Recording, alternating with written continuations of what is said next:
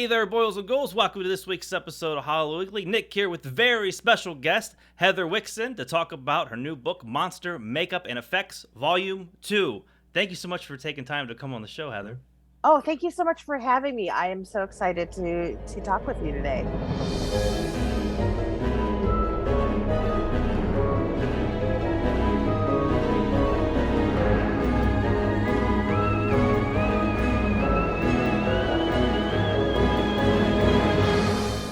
I when I reached out, I was telling you, I'm a chatty Cathy, and I could talk about monster makeup and effects for hours. And I wasn't kidding, but we will keep this for the listeners' sake. We'll keep this to about an hour. So this won't be Gotcha. this won't be a special 8-part episode, but it very could be. So just kicking off with the book. This is the second one in the series. How did this series come about? Yeah, so all of this, everybody always like, I think because we're so used to instant gratification, um, when I tell people that all of this started about 6.5 years ago, they're like, wait, what? Which I honestly can't even believe myself. But yeah, so originally, and I'll try to make this sort of the short version of the story. But so years ago, I used to do this sort of like week-long celebration where I was always like sort of spotlighting the work of Stan Winston Studios, Mm-hmm. just because I was always such a huge fan, and they were really gracious in terms of working with me and things like that. And so the first couple of years that I did it, like it was just sort of standard, like here's some cool effects, here's some cool BTS, I've got a couple, cool stories. That was that. And then the last year I did it, I really wanted to do a piece celebrating Stan himself because Mm-hmm. I just hadn't done that yet. And I just felt like it was like time to kind of do that. And so I started, the people I was interviewing, I started asking them like, more personal questions, about working with Stan and what his, influence on their lives were and things like that. And one of the things that was interesting was like somebody that I was interviewing, they were saying, they're like, nobody ever asks us about this kind of stuff. And it just sort of hit me Wow. that when people were talking to special effects artists, generally it was always like, well, how did you make this, and what materials did you use to make this? And it was very about their work as opposed to their lives. And for Interesting. me, like their experiences and the things that they went through in order to make all of these amazing things, like that's part of film history to me. And Absolutely. yeah, and I just felt, I was like, I really wanted to kind of give them all a chance to tell their stories in the ways that they hadn't had before. And so when I originally set out, I was like, okay, if I get 20 artists to talk to me, that's great. And I kind of gotten to know like some of the folks like over the years, because like when I first started working out here in LA in 2009, I actually did work for a special effects shop, so I got to know some of the folks through there. Um, and then through the Stan Winston stuff and just articles and different press ops like over the years, like I just got to know more and more people. And so once I hit my initial 20, I was like, okay, cool, like I did it. And but I still had like other people that I'd reached out to who were like, yeah, I'd like to do this. And me, I'm very bad at like cutting myself off from working, so I will just keep working, which is a problem. And so it was just like I just kept getting like more and more interviews, and I was like, oh, I really want to keep going with this. And so when that initial book came out, which was called Monster Squad, Mm-hmm. I didn't love my publisher. There was just a lot of not so awesome things about it, like the biggest being that the book was released and I didn't even know it. Yes, I'm serious. I was on a trip back home in Chicago, and I was like, it was November, and I was like, oh, I should probably like get ready to start like promoting the book. So I was like, oh, I wonder if it's on Amazon yet, just so I can like for pre-orders. And I looked and it was sitting there. And I was Oh like, my gosh. what? And like I don't expect, because like they're a pretty prominent publisher for like a lot of like new writers and things like that. Right. But so I'm not expecting to be like, treated like I'm a superstar or anything. Like it was my first book, I get it. But at the same time, like to release the book and not tell me, I'm like, what the hell? Like that That was, is yeah. bonkers. And so like to promote that book, I was already like behind Oh, at that point. And yeah, and it was just like just a lot of things I didn't really love about that process. And so I was like, all right, I want to keep going, but I don't want to do it with this person. So for a right. while, I had actually was putting together this project with Fangoria back when they were still doing book publishing. But 2020, their whole business there sort of recalibrated. Right. And they were no longer going to move forward with doing book publishing. So then I was like, okay, at that point, I'd collected like almost 80 interviews, and I was like, oh my God, what am I going to do? Right. And thankfully, it was actually through Robert Kurtzman, who I ended up connecting with my current publisher, who is Michael over at AM Inc. And it was just one of those things where he had already put out a few different books with different special effects artists. They'd all had really good experiences with him. In fact, like right now, he actually did the reprint and re-release of Kane Hodder's autobiography. And, we just hit it off, and he got what I wanted to do, and he wanted to treat it like something that actually mattered, which was nice. And so what I was able to do in the meantime is that those initial 20 interviews from the first book, because of the deal with Fangoria, they had acquired the rights for those interviews.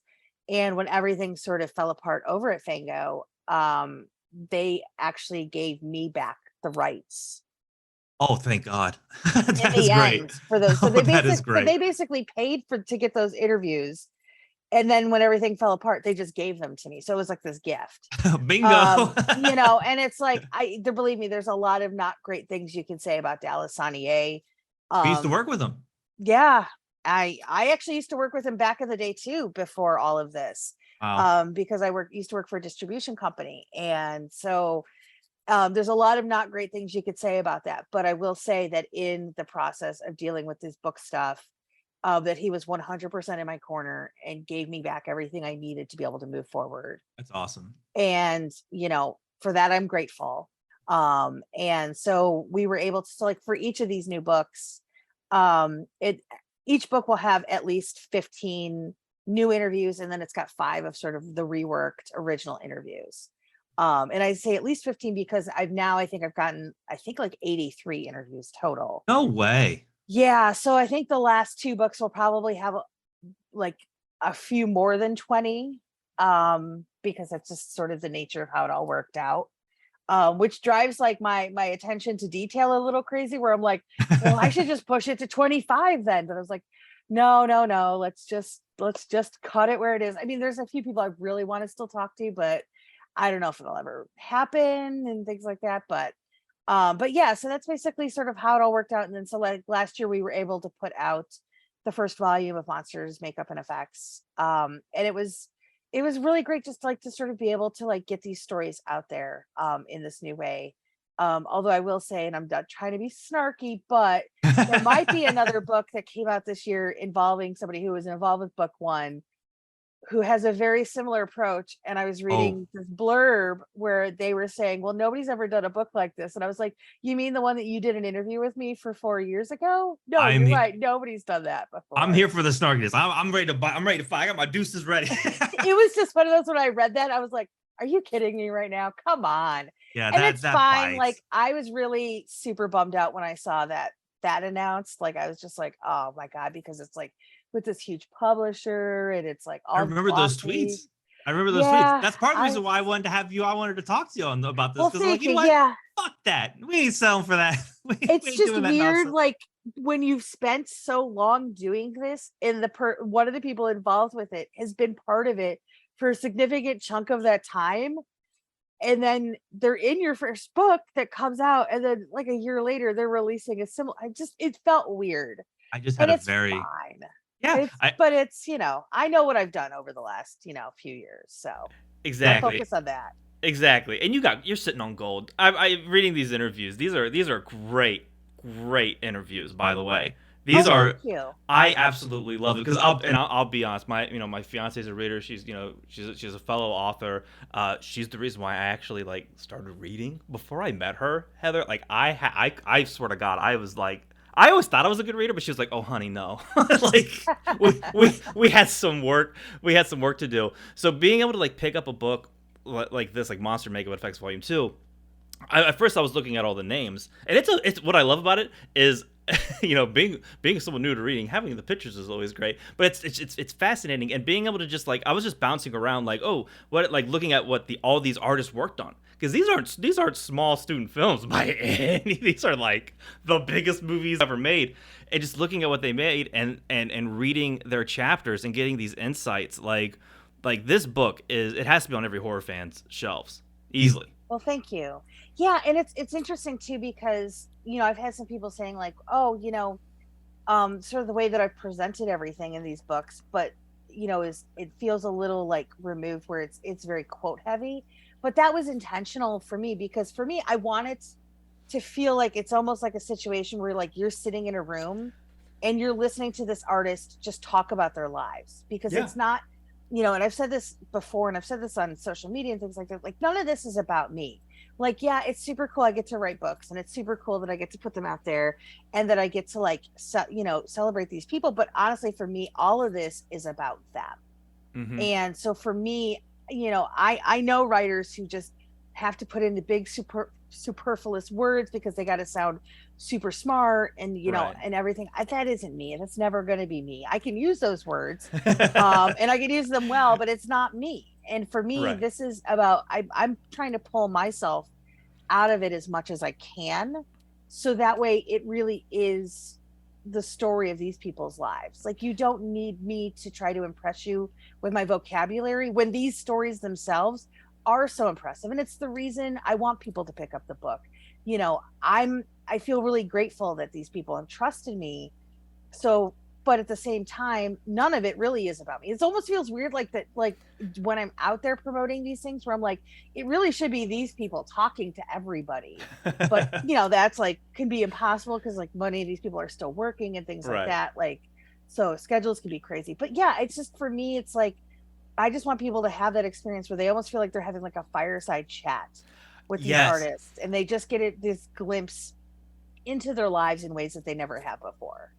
It reads so well. Like I'm not like I'll tell the listeners how I listen to this book. So I was scrolling through TikTok and someone used a soundtrack from there's a video game Halo ODST. I don't know if you're familiar with that one, but it has this like noiry jazzy kind of soundtrack. Oh, I haven't to it. heard it. And in the beginning of it, it's actually like rain, and then like this jazz kind of comes, this noiry jazz, and I was like, ooh, that'd be great to listen to Heather's book too. So I put that on low, and what you were saying about it, just feeling like a fireside chat, like I connected with what you said with that 100% because I felt like it feels like you were talking to your friends. It's the weirdest thing. Like I was reading this book going, like, do I need more friends? Like this feeling I get when I read these interviews, like it makes me feel like really happy and like engaged with it. And like what I love about these artists is like they all know each other. They all know each other, and so when they're talking about their work, like they'll just throw out like first names, like they're like, oh yeah, when I was working on the thing, Rick and Bob and and Jonathan was there, and you're like like those are all like big people, but they the way they talk about it, you really feel the camaraderie in this industry. And Yeah. the way they talk about it, they don't talk about it in a way like you were saying how like some writers would use these big words to make them sound so big. These guys, they don't do it either. They're just no bullshit, get your hands dirty talking about this, but they talk about it in a way where like, I have very, very little knowledge of actually doing prosthetic makeup, just like a little bit, growing up. But like when these guys talk about, the stuff that they've did, they talk about it in a way where you instantly get it. And you don't need to like, look up what they're talking about. Like you immediately know like what it is they're talking about, how they're working on it, and how they're bringing their craft to it.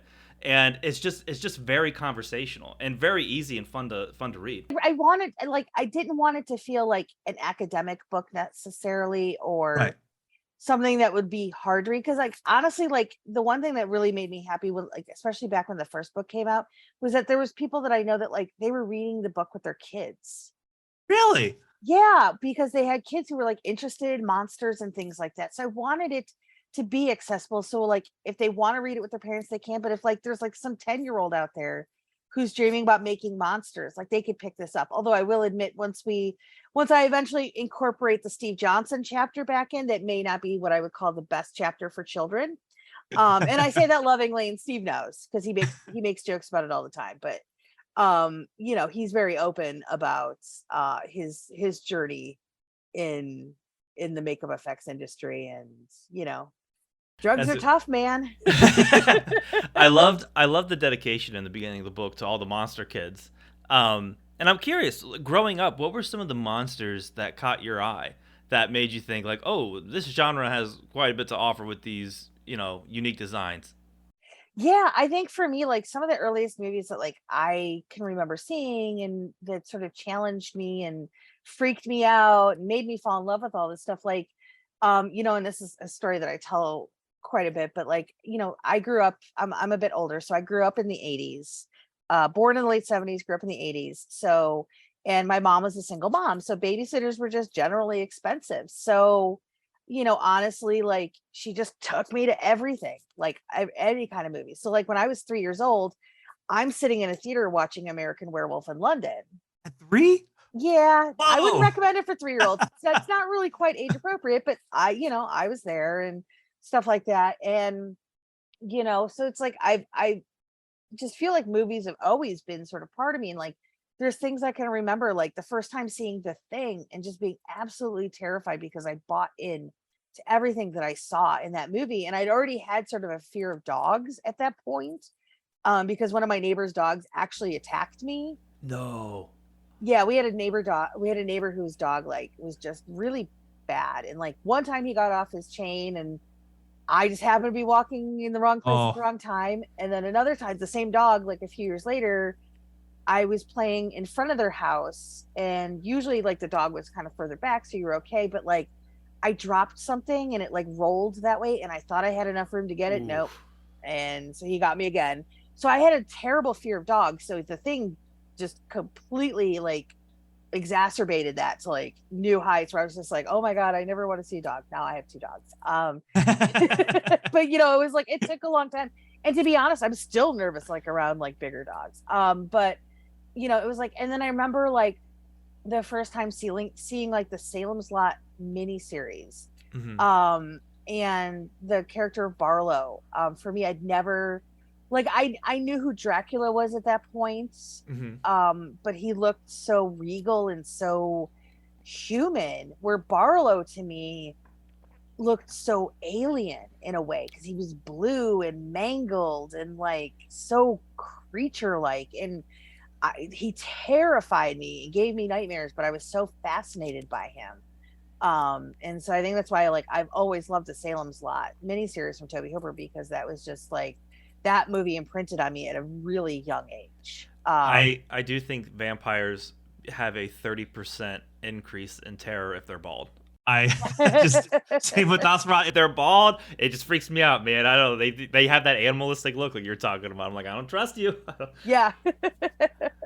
Yeah. You mentioned earlier that you had worked at an effects warehouse before, right? I did, yeah. How was that? It was really cool, I think, for me, because it was like it was sort of like my entry into the world effects.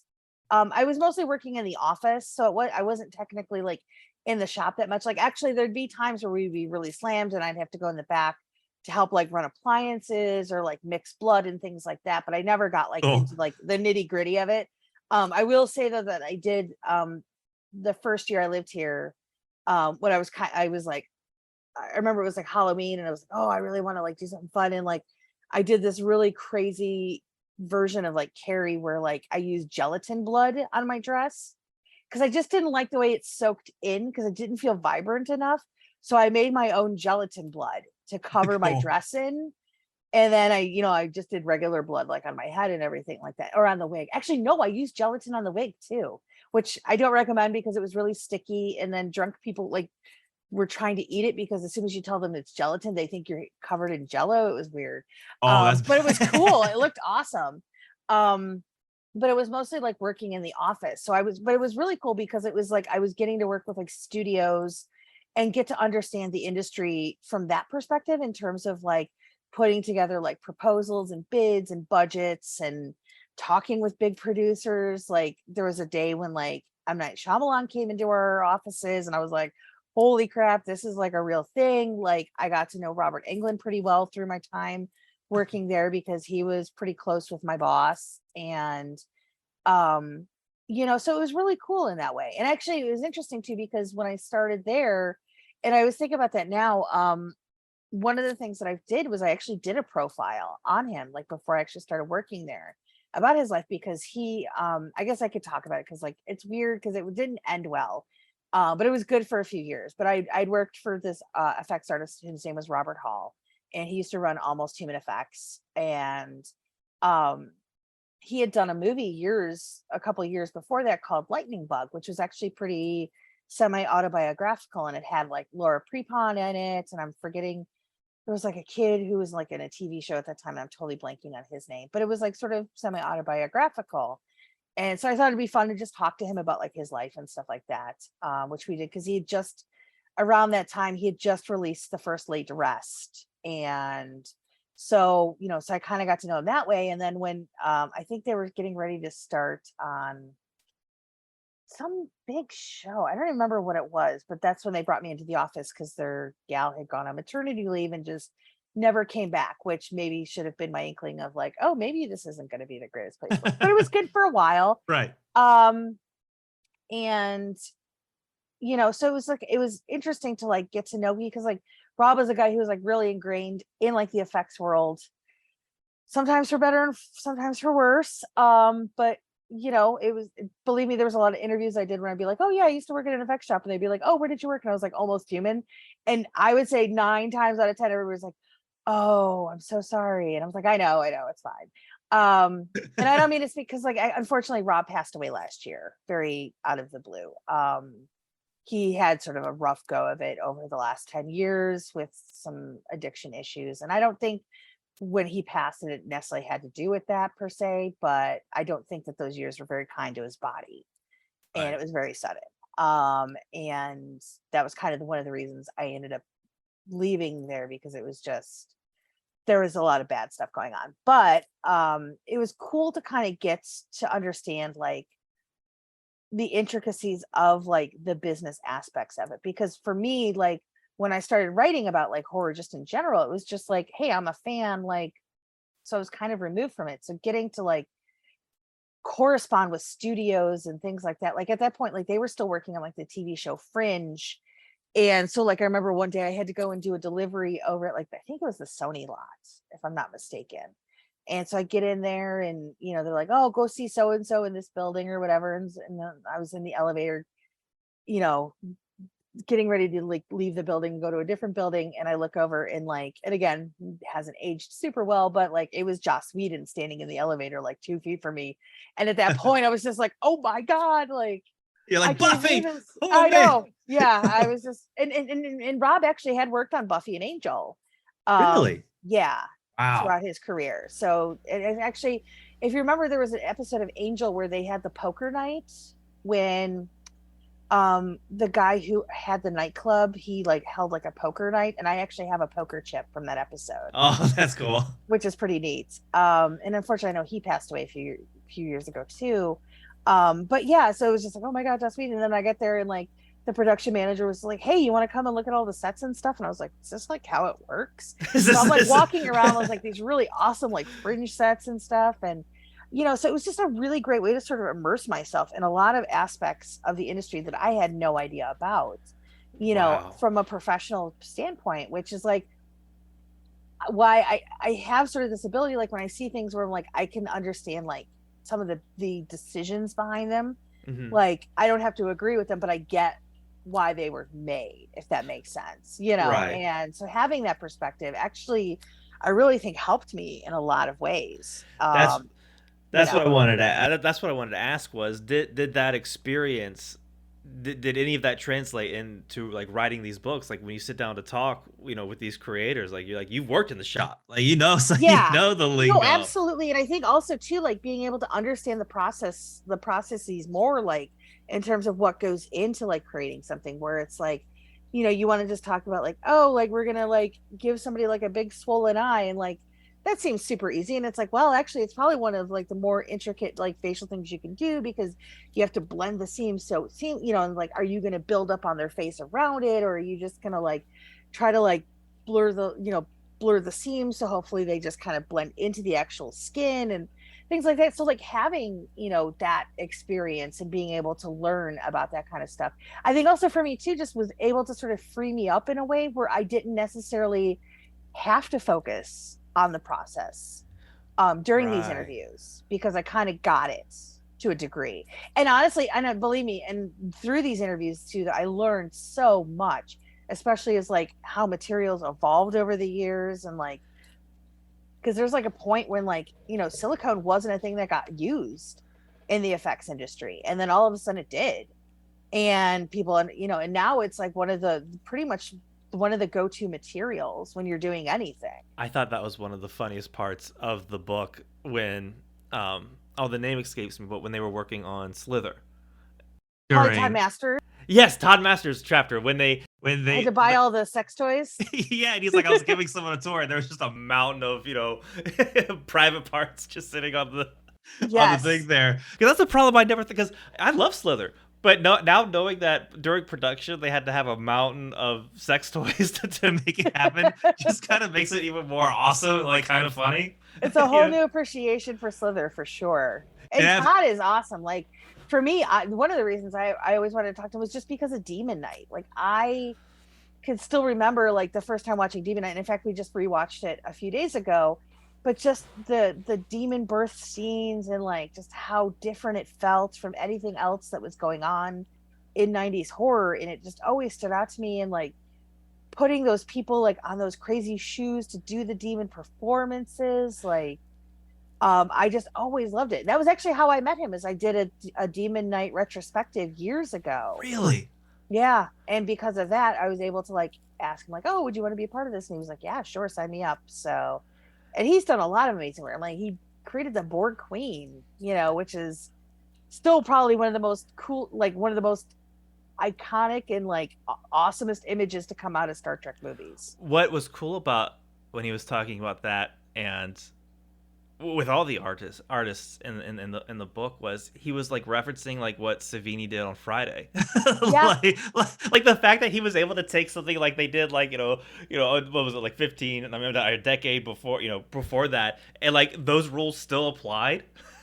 Yeah. I love the building of that. And he I think it was this chapter where he called it a handshake between the practical and the digital. Yeah. And that's something I really wanted to ask you about, because clearly we're both big monster lovers. And before, when me and my former partner, like we ran a Facebook page, it had like 300,000 fans on it. It was really big. But when we split the show, I kept the name of the podcast, he kept the page and changed the name. But we would ask questions all the time and talk about practical effects and digital effects. And there seems to be, and I'm curious what your take is on this, I'll call it a blind animosity towards digital effects. Yeah, and, I would agree. And I personally, I really love them. Like I remember after seeing Scott Pilgrim versus the World, going out and buying green screen and learning After Effects. Like, I remember that being a big thing. But I really love, because I feel like there's a big portion of horror fans who hate it.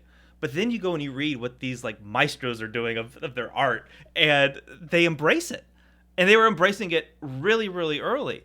So how do you feel about like the hate of digital when these masters of the industry are blending that? I really love the handshake reference, because to me that is what it is. It's like, hey, we'll both make it work to serve the story. Yeah, no, it's interesting because like, I'm somebody who's always going to champion practical effects. And I think there's so many cases where you can see it where you need the practical effects. And this is something I mentioned like in a different interview, but like, I think that there is a practicality to digital, because like, to be really honest, I could not imagine being intimidated or fearing a character like Thanos if it was Josh Brolin in makeup. I'll be really honest. Do you know what I mean? Like, it would look silly, I think, in a way, because it would just be like Josh Brolin being purple and not really, like, so that to me is like, when people kind of like, crap all over Marvel for using a lot of digital effects, but I'm like, but for the level of fantasy that they're playing with in like their medium, like they have to, you just have to. Whereas like, you know, I think the thing is for me is like, I think so many people don't understand that so many of their favorite practical effects, like, you know, gags have come to life with the help of digital, and they don't get it because digital is always going to be there to erase the wires and like clear up those seams and make things pop in a way that they just can't do practically. And it's like, and then you have people who like will go back and be like, oh, well, if you look at this like movie from 1982, like, oh, you can see all this stuff and it has a certain charm, but like,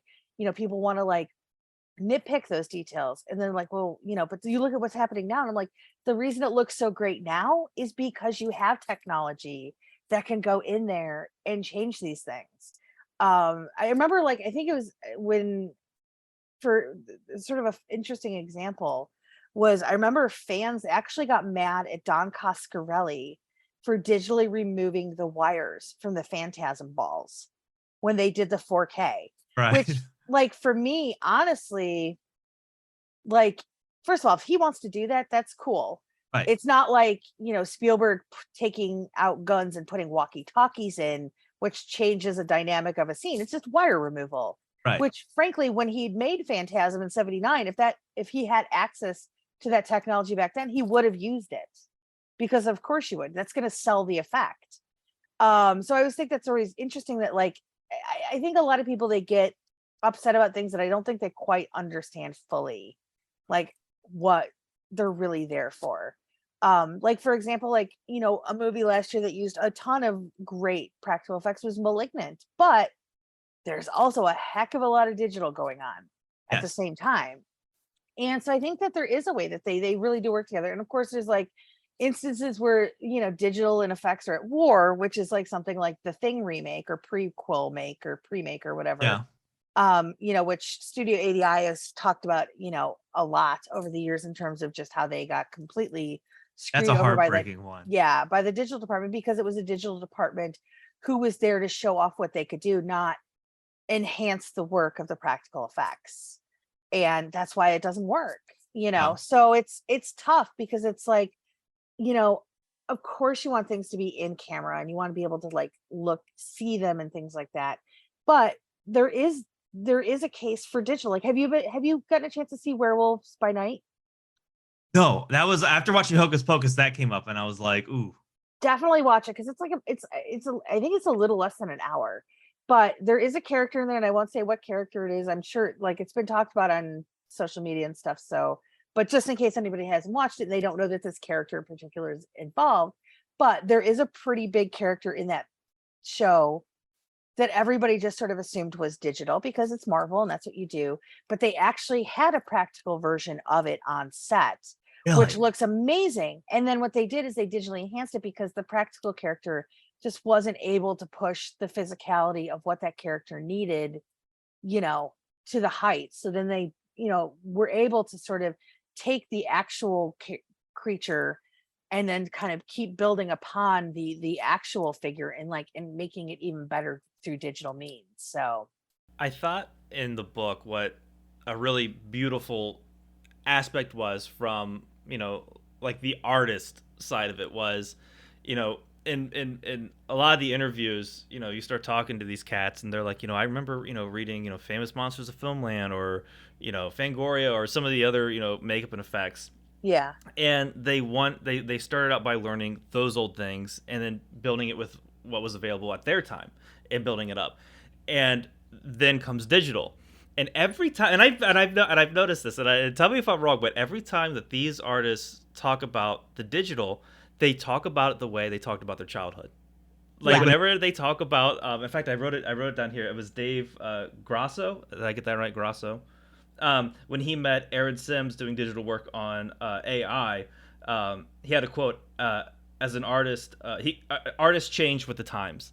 But every time they talk about it as if they're reading, you know, they're 5 years old reading Famous Monsters of Filmland, watching, you know, the Harryhausen like kind of stuff. Like they don't view it as this like thing that's, I mean, they talk about how some people looked at it as it's coming to take their jobs because it did. you know, like it's just harsh reality.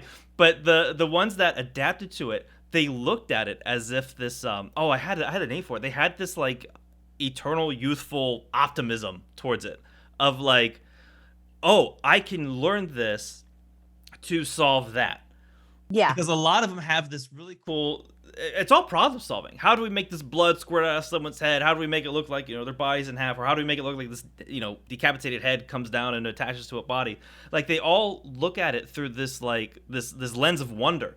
And I just thought that was a really cool thing to see, these kick-ass artists look at it, especially when the majority of the fans, they kind of just poo-poo it. And you're like, no, it's actually like a really beautiful artistry to it. Like, it's got this, how do we solve this through, rolling up our sleeves and learning this program and blending it with it. It's just a really fascinating, like, kind of insight into, like, artistry, Yeah, definitely. And I think also too, like, for a while, like when I was doing these interviews, I always sort of talk to people about that shift to digital, because I mean, I think there was a point, like, after Jurassic Park and as the 90s like went on, more and more studios are like, oh, we can just do it digitally, we'll save time, we'll save money, and all these things. Where a lot of the interviews I was doing was sort of asking people about digital, and then I kind of realized, like, that's just sort of the same old.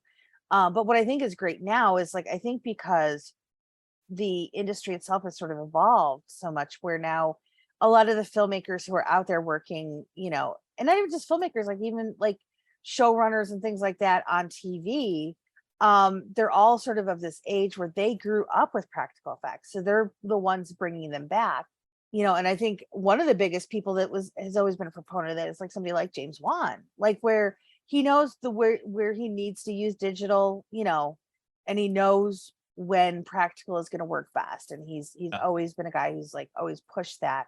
Somebody like Guillermo is another one, especially because of the fact that he kind of comes from the world of effects. Not even kind of, he does. Like, he trained as a special effects artist in Mexico because that was the only way to be able to do the effects that he wanted to do for his movies, was he just had to learn how to do it. And I think he basically would correspond with Dick Smith, and I think it might have even been through the mail, because I know that I've had artists who like would actually correspond with Dick through faxing back in the day.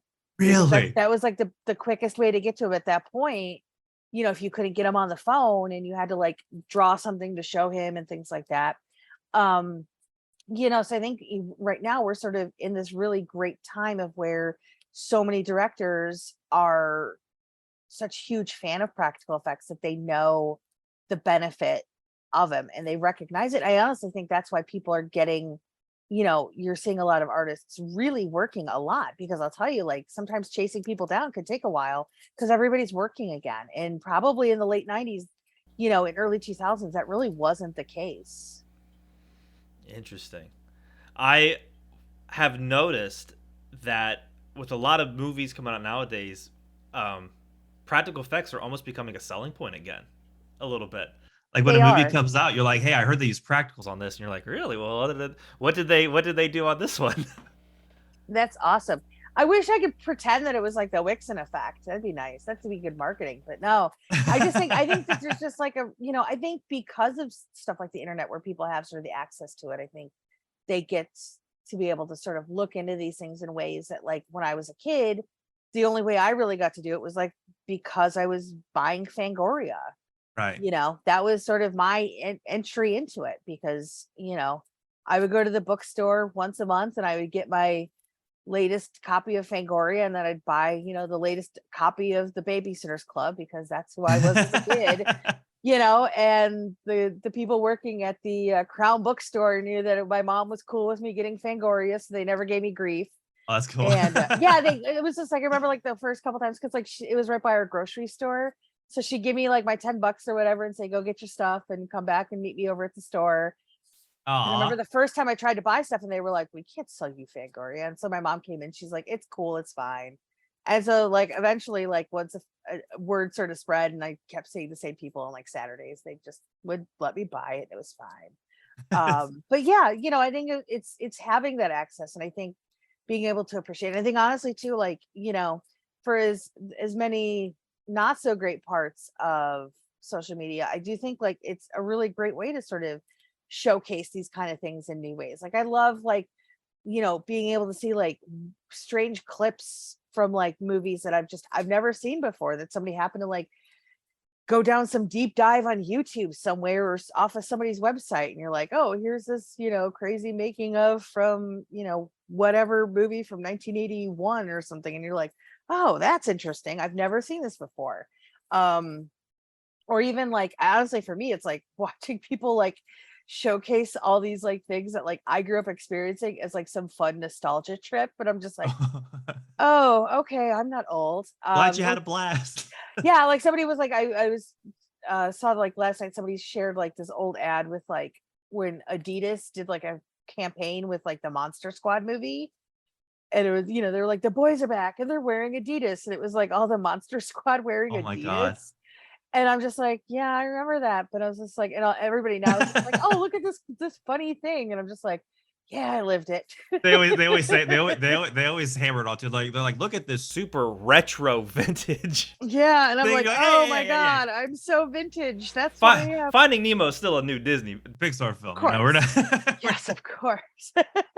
And I will say with the learning of makeup and effects, YouTube and TikTok have been pretty big, because I remember when I first got my MacBook when I graduated high school.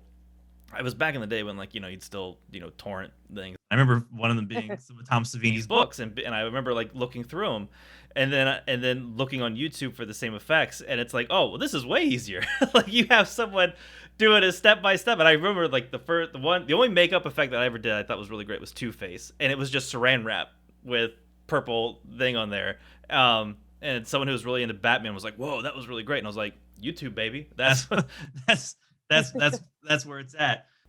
There was also, reading this book, I love there's just this camaraderie of awesomeness that everyone shares. Like there is this undeniable aspect of like, if someone's working on something, they want to show someone else. They want to say like, hey, come over here and look at this. And yeah, earlier we were talking about how Shudder's 101 Scariest Horror Movie Moments. Watching that, they'll show a clip from American Werewolf and cut to like, Greg Nicotero being like, we were watching that wondering, how did they do that? And I was curious, because in a lot of days now, if there's this really cool effect, everyone assumes it's just a digital effect, because anything crazy, you could just assume it's CGI. Where back in the day, you had to be like, how did these wizards pull that off? Is there anything of recent that you watched where you thought, how did they pull this off? Okay, let me. I know that's sorry. That's okay, because there's a lot of really amazing things that I've seen over the years. Like for one, I honestly think the work in Malignant that they did with the face, because it was just, it had like all of these servos and all of these controls had to live on the actress, and like somehow they hit it like on her really subtle, like small frame, and like so it really brought the face to life, like because the face itself was only partially digitally augmented, so that it really was moving. So yeah, that's one of them. I would say also too, like something like Possessor just had some really fantastic moments of like gore, like the it's also one of those things where like I like to talk about things where I'm like, oh, if somebody's listening and they haven't necessarily watched, I'm like, oh, but there's like the way that they're able to like just so subtly in a certain scene where somebody gets their head like stomped in, like the cut between the actor and the prop, like still it's so subtle that I'm like, I don't understand like how they hid that edit so well. But that was great. Gosh, what else? There was, honestly, I will say, even like something like Terrifier 2, which is out right now. I've not seen that, but it's hard to not see those articles about people throwing up. Did you get close to spewing? No. I have an interesting relationship because one of the producers on that movie actually tried to end my career 9 years ago, but that's fine. What? I've covered it. Yeah, it's fine. It's my boss at my previous website that I worked at prior to Daily Dead. But anyway, so it's one of those, like, I was still a professional and I still covered it and everything, but I there's no denying that the movie is pretty kick-ass. I personally, from somebody living with an editor, there's probably like 20 minutes of that movie I would have cut down.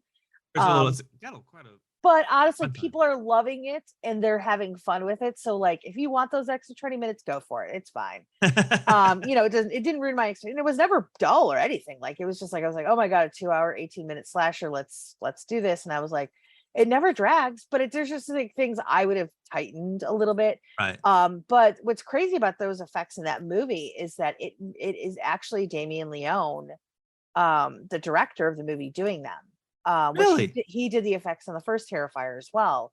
Wow. So that's why kind of movie took a little bit longer to put together, is because he had a shop. Because I interviewed him and the gentleman who plays Art at Fantastic Fest, and also Chris Jericho happened to be there as well. And but I talked to him about the effects because I'm like, there's no way I'm not gonna. Right. And he said how he'd for the sequel, he was like, oh, I'm gonna hire an effects house, because I want to do this the right way. And then I think they sort of backed out because, I mean, the effects in that movie are audacious. Like, it sets a new bar. It really does. Wow. For as much as I want to be a snarky person and she's like, "Rah, rah, rah," but there's no denying it. Like, I get it. And I'm like, and honestly, as somebody who's been championing independent horror pretty much throughout my entire career, like, seeing the success of that movie has just been amazing, because it's like, it's just really cool that like they're out there and being able to make so much noise, and fans are really getting to enjoy it and have that moment. And like, and especially, because I don't think we really had that. I think another one that kind of popped out was like during the pandemic was like The Wretched, which like unseated Star Wars of all movies, because they'd brought that back to put in drive-ins, where like this tiny little independent horror movie like usurped Star Wars as like the #1 movie at the box office in 2020. I've never even heard of this one. Yeah, it was like this little movie. I want to say, I don't remember if it was Dark Sky or IFC that put it out.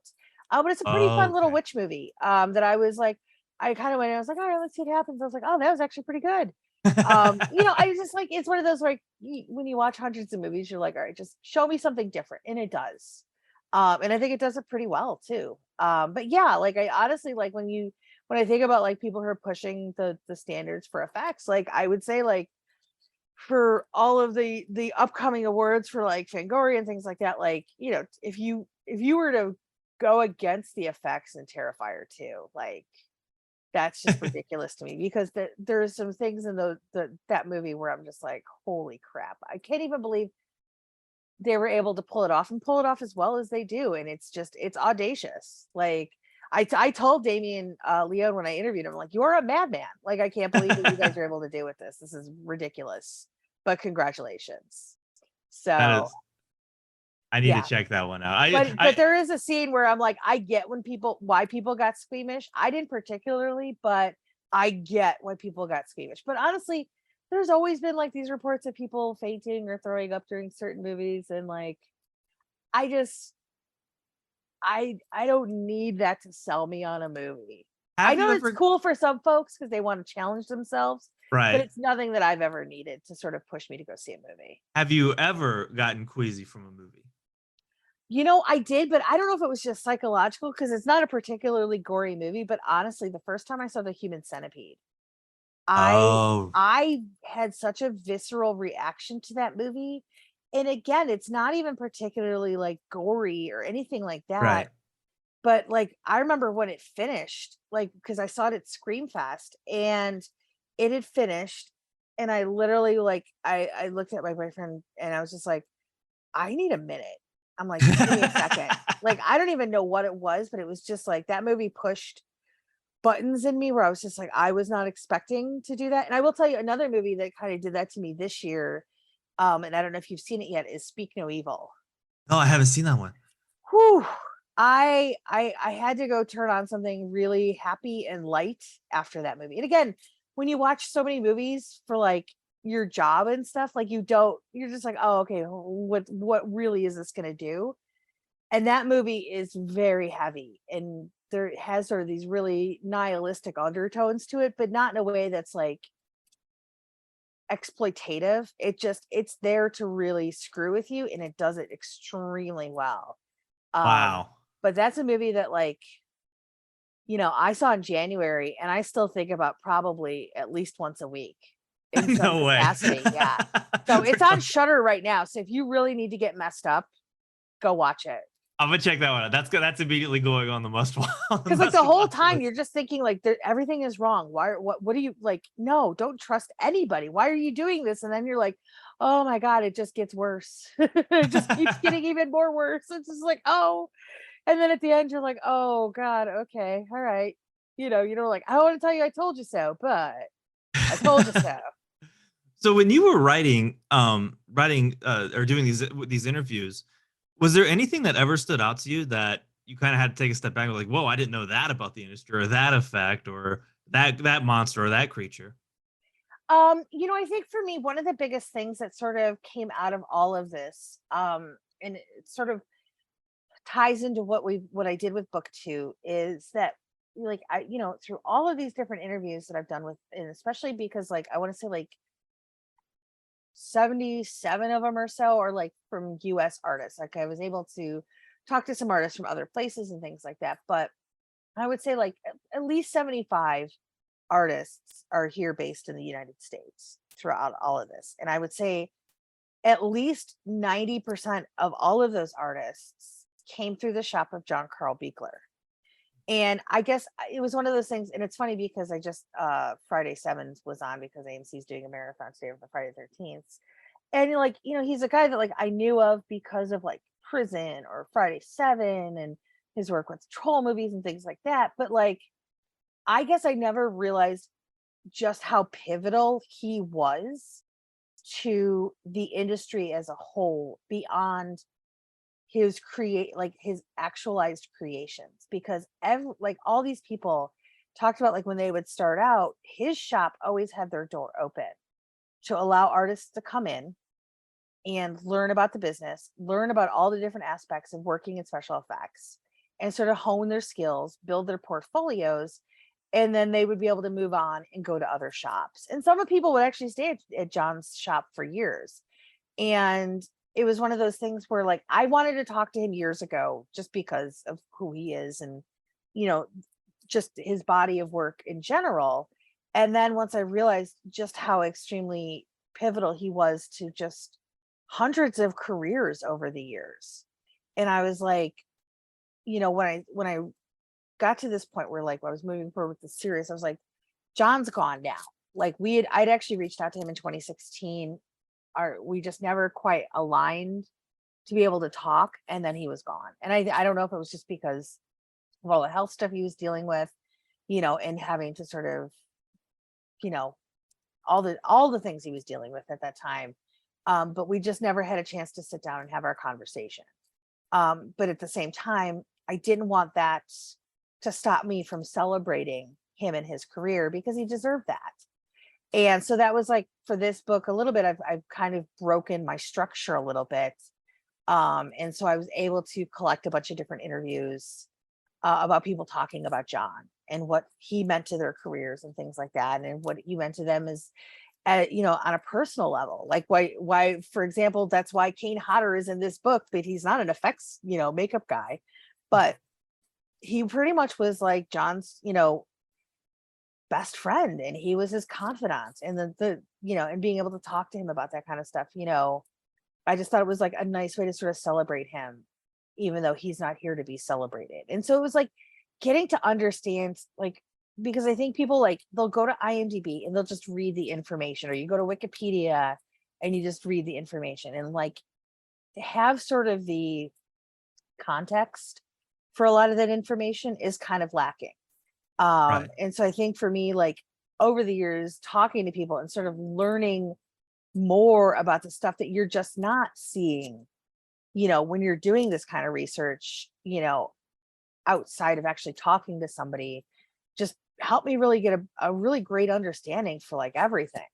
Because it's like, for example, like I growing up, like it was one of those things, like even before I started doing like the Stan Winston series, where I'd just be like, oh, Stan Winston created this and Stan Winston created that. And the reality is like, he probably did like the character designs or things like that. But like, there were these other guys who actually made these things happen. Right. And so being able to kind of give people their due in that way was also something that became important to me. The further like I would go into researching and talking to people and stuff like that. So it really changed, my perspective in terms of like how people got credited and things like that. Cause like, especially way, way back in the day, like some movies, like you got 2 or 3 credits, but you'd have 20 people working on your crew. Like, how do you determine who actually gets credit? Well, that's a tough one. Yeah, and That's which a is tough nice one. because you were able to like have more people fight to be able to get represented and like, through union representation and things like that. So yeah, it was just it's all been like this huge learning process for me, where it's just like every time I talk to somebody new, like it's like I learn something new. And that's honestly the experience I want people reading the book to have, where every time they finish a chapter, I want there to be one moment where they're like, oh, I didn't know that. Or, oh, that's really interesting. I never heard that. Or I didn't know so and so worked on this. Like, that's what I want, because I want people to come away not just reading things for the sake of reading things, but to actually feel like they're getting something from it, if that makes sense. Oh, it's working. Oh, good. Okay. Well, that makes me feel better. No, you're absolutely nailing that, because I feel the exact same way. Even just reading, like, there was one of the artists who oh gosh, was working on Terminator 2 and wanted to go to set, and they're like, oh, you don't want to work with James Cameron, he's kind of rough. But then he went there and like he was talking about how like it was really rough, but like I felt that, and like I don't know, I felt like I was That might have been Richard Landon. I'm trying to think if that was Richard Landon. I believe so, but I felt like I was experiencing their experiences through the book. And I don't know, it's like this weird kind of brain time travel kind of thing that I mean, it's working. I can confirm. I can confirm for you. So with all the research, has this made you view movies any differently? Oh, totally. It really has, because it's like, and again, that's one of the things where like somebody, if they're like complain about like the effects not being perfect, or if, for example, in certain shots, people, studios will go and like opt for doing digital. Like I don't personally love digital blood. Digital fire can go, play in traffic for all I care. But the thing is, when you're talking about movies who might have time constraints or budget constraints or things like that, like I get it. You know what I mean? Like I personally would always love to see practical blood, but if you have to like kill 20 people in one setup, and then you probably have to film that setup at least 2 or 3 more times to get everything you need from it, that's just something you really can't do. You know, if you're working on a low budget or an independently produced movie. And even some of the times when you're working on studio movies, it's even hard to do. So it's like I try to be a little more forgiving of that stuff. I don't love it. I'll never love it, but I get it. Right. So, it's like, so that's why I always try to like give filmmakers sometimes the benefit of the doubt. But I'll tell you, when people do use the practical blood, or like example, like in fire sequences where I'm just like, oh, they really did burn that down. Like, I'm like, yes, thank you for your commitment. Because I get it, because I know. Yeah, exactly. Because it's like we were just watching the original Child's Play the other day, and when Eddie's apartment building blows up and stuff like that, and I'm just like, oh, I can't even imagine what they would do today, like trying to do that sequence, because it's like, one, you can't really like blow up a tri-level apartment in the middle of Chicago anymore like that, especially with how so many of those neighborhoods have now been gentrified over the years and stuff like that. And then it's like, so you just have like some sort of weird digital blow up. But it's like, also part of me is just like, oh, it'd be really cool if you could like pull off a miniature version and kind of go. I love when people go back to relying on miniatures, because for me, that's also another like component of movie magic that I love. Are you on Facebook? I'm not on Facebook.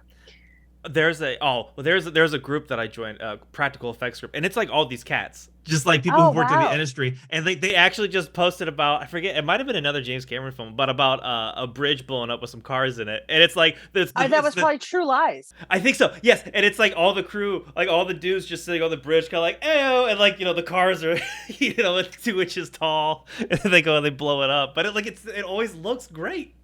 Yeah, no, I love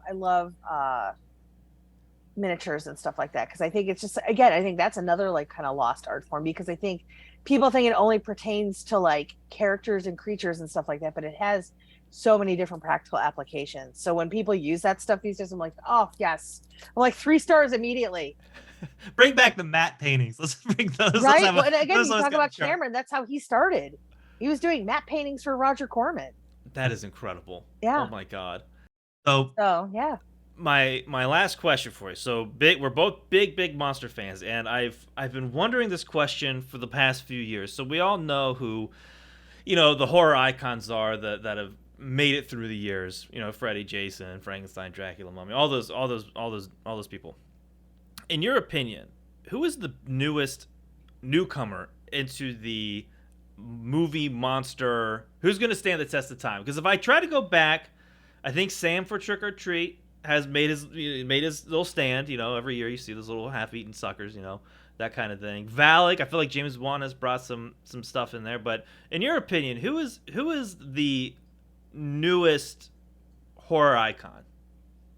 Yeah, it's interesting because with Sam, like it's been fun to sort of see that validation of like knowing in 2007 because I was fortunate enough to actually see Trick or Treat at Screamfest that year, oh, which I'm was jealous. like it was Oh. like one of 2 screenings that they ever did of the movie before Warner Brothers decided they were going Oh. to bury it, and then we had to wait 2 years for it to come out on Blu-ray.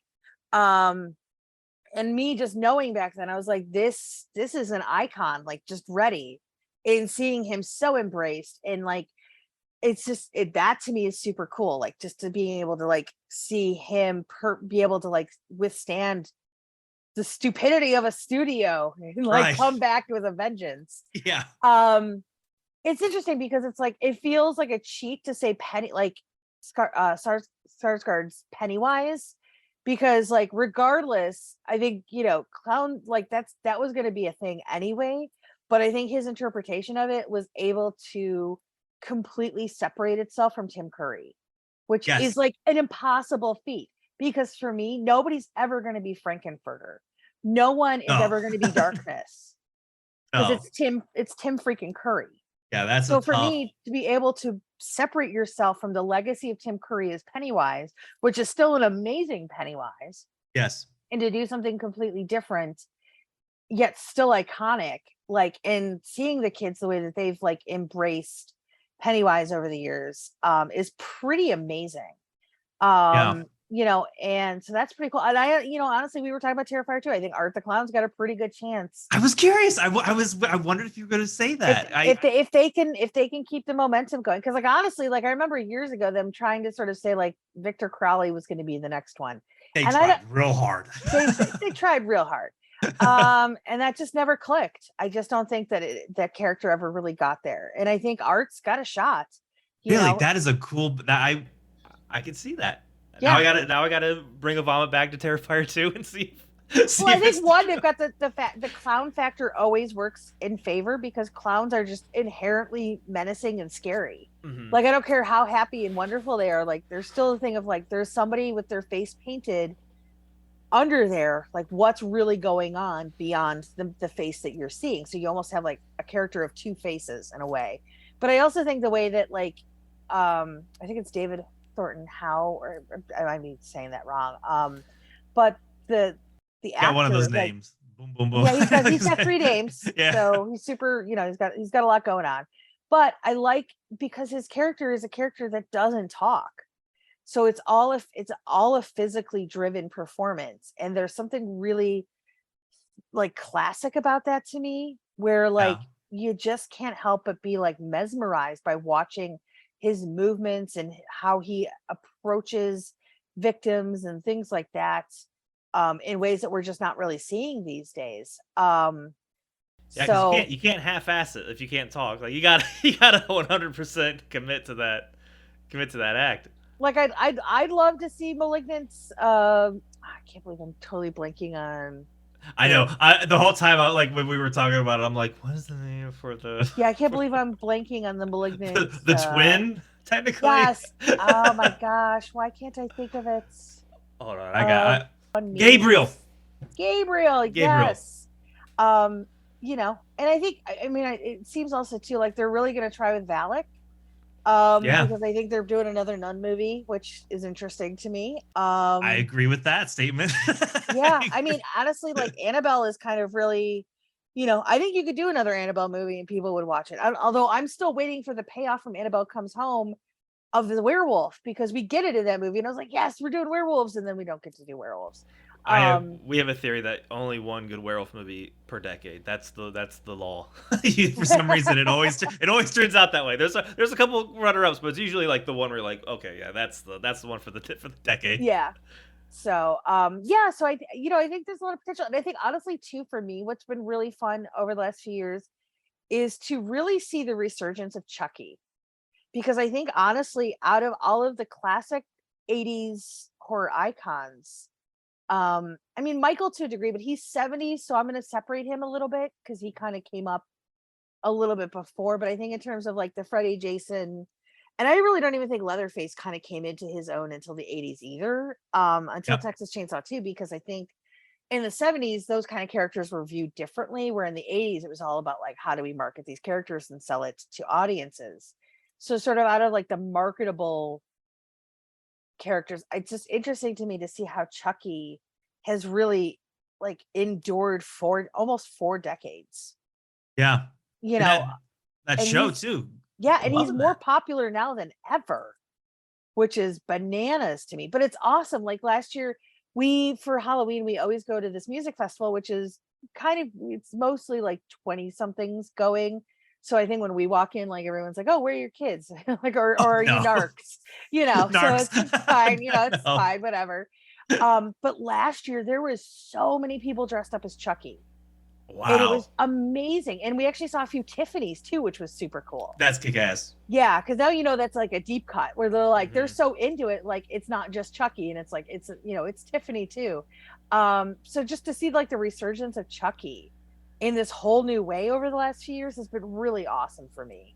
That's gnarly. Because I grew up completely terrified of Chucky, because I grew up with Cabbage Patch Kids, and Oh a yeah, bunch that's of my terrible. friends had my Buddy dolls, and I was just like, oh no, like this is awful. And No, I you and I can't- grew up in the suburbs of Chicago, so it was like, Oh, you were I was there. just- yeah, I was just waiting for Chucky to come and get me at some point. I knew it; he was coming. Even the Child's Play like reboot, I guess you would call it. Yeah, the remake. Yeah, I personally kind of dug it. I liked. I loved it actually. Yeah, Okay, I was a go big fan. Yeah, I'm actually quoted on it. And that's a badge of honor for me. Like I really liked that story. I liked the approach of it. I liked how they really sort of based this character in sort of this like guy with a grudge programs an evil doll. I loved Mark Hamill's approach to the character, Mhm. and that song, like I sang it for like 3 months straight. So I didn't really have a problem with it. Like I wish they would have named it something a little different, because Child's Yes. Play fans got mad, but they owned the name Child's Play, so what are you gonna do? It's probably one of those things where like, well, we got to make a movie, or it's probably you always hear about like, we got to make something, we lose the rights. But even Exactly. even the doll learning aggression through human microaggressions. I was like, that's really genius. Like, Yeah. it's not the serial killer thing, but it's not trying to be. It's Yeah. trying to be this Frankenstein misunderstood kind of angle, and I was like, that's really unique for the Chucky. No, world. absolutely. Also, in that scene when like the head was like wrapped up like a present, I was just like, that entire sequence, I'm just like, I'm on pins and needles, because it's like, oh my god, the payoff. And then it's like they just keep toying with you. So yeah, I actually really liked the Child's Play remake, but I liked it for different reasons than why I love the Chucky franchise, if that makes sense. Well, there's it being that you like the Chucky franchise, because before we started recording, we were talking about Halloween stuff, and I just watched Hocus Pocus 2. They do a thing with technology, and I won't spoil anything, but they do a thing with technology in Hocus Pocus 2 that I think you'll really appreciate, and they have a good payoff. And it's a testament to pretty damn good writing. I think those two somehow will connect in a weird way. Interesting. Well, I'm wondering too if that's probably because of the Tony Gardner effect, because he does Billy Butcherson, Yes. and he's basically been Chucky since Seed of Chucky. His daughter is like really Kira. popular on TikTok. Yes, Kira is. In fact, my friend who I wanted to introduce you to, Haunting Season, just had her on his show. they're like the coolest family ever. Like when you hear Yeah. about their history. Yeah. Tony's in the first book. He's probably one of the longest interviews I did because I think we talked for like 4.5 hours collectively. And it was funny because actually when Kira's documentary, Living with Chucky, was playing at Fantasia, like he texted me, he's like, because we had talked about her doing her documentary as part of her like film school thing, and he was like, Mhm. oh, she was able to put together like a full documentary, like would you want to talk to her? I was like, oh yes, of course. And so being able to sort of see them celebrated in that way, but it was just fun because like for me, like I always thought it was really cool, like in Seed of Chucky, where Tony basically got to kill himself, and it wasn't like him playing a character, he's really himself in the movie, which is pretty awesome in a lot of ways, because I think he's like the only actual special effects guy to get killed in a movie That needs to playing go plaque. himself. So, but yeah, they're amazing people. Living with Chucky is really great too. Like I said to her, I'm like, how have we not had a Chucky doc at this point? Like, Yeah. it's just weird to me. Everyone's had one. Yeah. I mean, we've had some like sort of deeper cuts in terms of movies where I'm like, oh, we're doing a documentary about this. Yeah, like A couple years ago, we had the guys who did Unearthed and Untold. It's like a Pet Cemetery documentary. Like that happened before Chucky. Like how did that happen? Yeah, and that's nothing against Pet Cemetery, but it's not like people are running around in church cat costumes or anything. No, so. they're not slicing their Achilles. Be like, hey, remember that? Yeah. Remember that one? Well, I could talk your ear off for another several hours about anything horror, but I want to be mindful of your time. So, Monsters, Makeup, and Effects, Volume 2. Where can people buy this? Give us the deets. Yes. So it will be out October 26th, and you can order it from the publisher's website over at AM Inc. That's INK and then publishing.com. And it's under their Dark Ink tab. So that's where all like the horror stuff lives.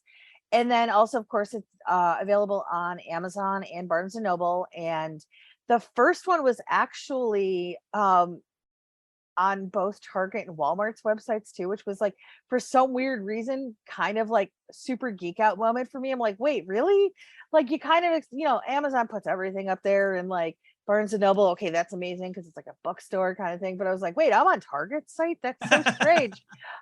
So maybe it'll make it over to there in the future as well. But I do think it might actually be a couple dollars cheaper from the publisher's website directly. So I always tell people, if you can go there, because also too, it benefits the publisher a little more directly as well, than going through Amazon. So if you because do buy it through Amazon, you better review it. Those reviews are gold. I don't think people understand like how much those reviews help in terms of like your ranking and stuff like that.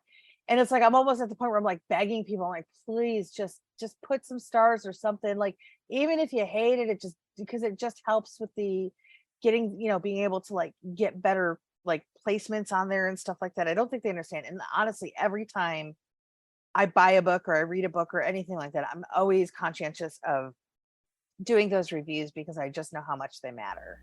Yeah, a review, it's free and goes a long way. It really, really does. It really does. Perfect. Well, thank you so much for taking the time. Monsters, Makeup, and Effects. Go buy it. Make sure you review it. And have a great Halloween, everyone. I usually end with stay scary, watch a bunch of horror movies, but now recently it's stay scary, read a bunch of horror books. So we gotta get your reading caps on. Thank you so much, Heather. Thank you.